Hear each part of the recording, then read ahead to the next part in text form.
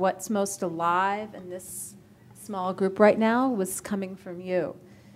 So I want to hand the mic back over to you and just ask you to tell me a little bit more. And we're going to let things flow a little bit freely at first before I start interviewing, because I want to see what's alive. And I also want to see where there might be some conflict. If we don't have any conflict here, I might have to kick you guys off. Find some people a little more hot under the collar. We all want the same thing. Yeah. Is there anybody who identifies as stud who feels moved to join? If you can bring a chair. My name is Mahogany, and I really identify myself as an aggressive stud. I feel that I am a woman, but I do have a very masculine side to me. And is there, if you want to touch on any issues that you have felt this weekend? That this whole weekend has been so surreal to me. Really. I really don't feel that I am out there by myself anymore. And I feel more of a stronger bond to where I can approach more aggressive women, and I feel that I would get a pushback. Because every time I approach someone here, it's always been a very good positive feedback. And so I've been able to network a lot more, so I feel that our community is becoming very strong. Thank you. You know, when I was trying to figure things out, I had a lot of, I'm from Texas and born and raised there, moved to Seattle in about 9 years ago or so. And in Texas, I always found myself like dressing down to pass, but still I wasn't passing. I still got called sir and stuff like that if I had a baseball cap on. And when I moved to Seattle, I felt a freedom actually to express myself in a little more, masculine way, if you want. And but I had a lot of friends around me that were transitioning, and this idea of transitioning was like completely new to me. I was very sheltered in Texas. I didn't even know what a lesbian was until I went to college. It was not around me, you know. Then I researched everything I could find in my college university to figure out this thing. And so when I moved to Seattle, it was just this explosion of gender identity, all these in-betweens, genderqueer and trans folks. And, I was just amazed at what I could do if I wanted it, But I'd never really been faced by that idea, But I had a lot, like I said, I had a lot of trans friends that, they saw me and I'm not trying to down them or anything, but they did pressure. It was pressuring a little bit to explore that. They're like, hey, so when are you going to start going by he? When are you going to stop using your birth name and choose another name for yourself since you're unhappy with it? So, How did it feel when you heard those things? Well, to me, it felt, it didn't nothing really pisses. I mean, I do get pissed off about things, but I have a very open mind, so it just made me think that I was like, oh, yeah, I could change my name. I'd never really thought about that. So you became curious and interested to see what those possibilities held. Yeah, exactly. And, my friend said, I never was happy with my birth name, and it just never felt right to me, so that really interested me about my birth name. So that I ended up changing. But again, I pretty much tell people, you can call me he, you can call me she, you can call me sir, you can call me ma'am. That's fine with me. That's kind of where I've come to, because I didn't feel wedded to one or the other. Mm-hmm. Because I do feel fluid in that realm, Mm-hmm. Maybe it's because I'm a Pisces, I don't know.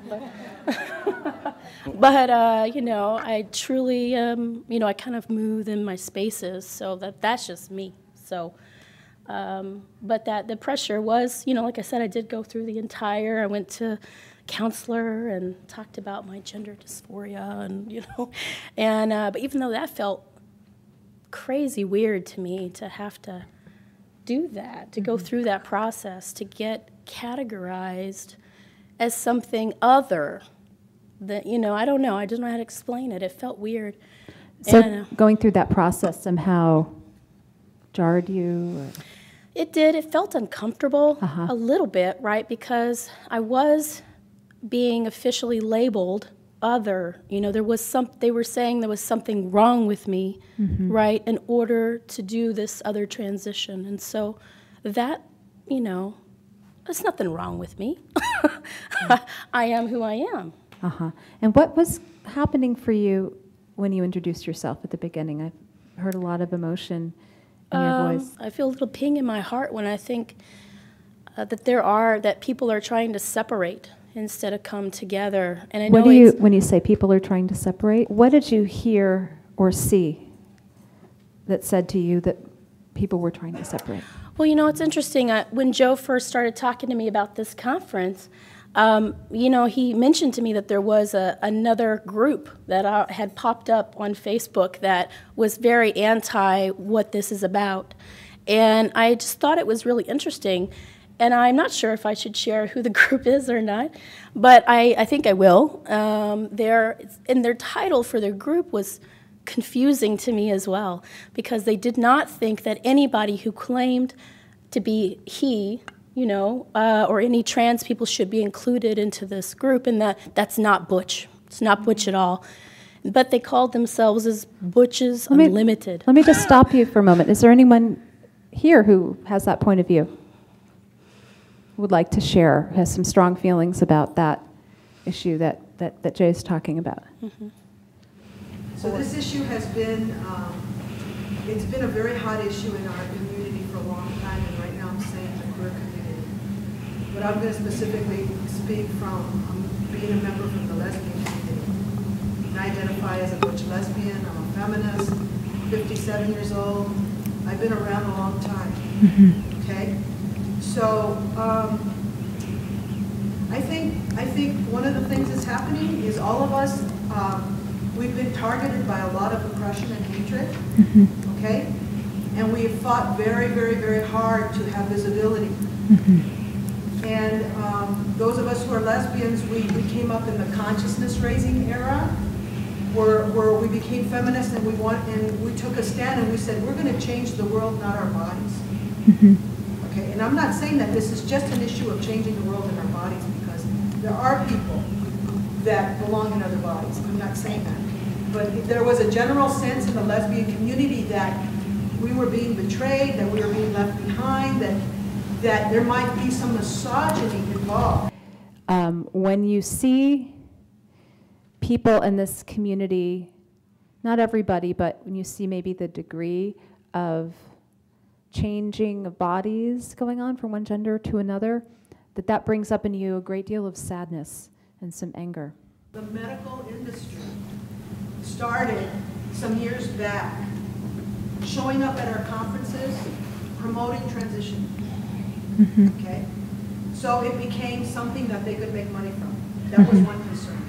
The other concern was that there was pressure in the community to transition. I've had pressure put on me by white F to M's, and I found it very offensive because it felt like colonialization. I got from what you were saying a real sense of protectiveness, that having a need for protection against exploitation. Is that right?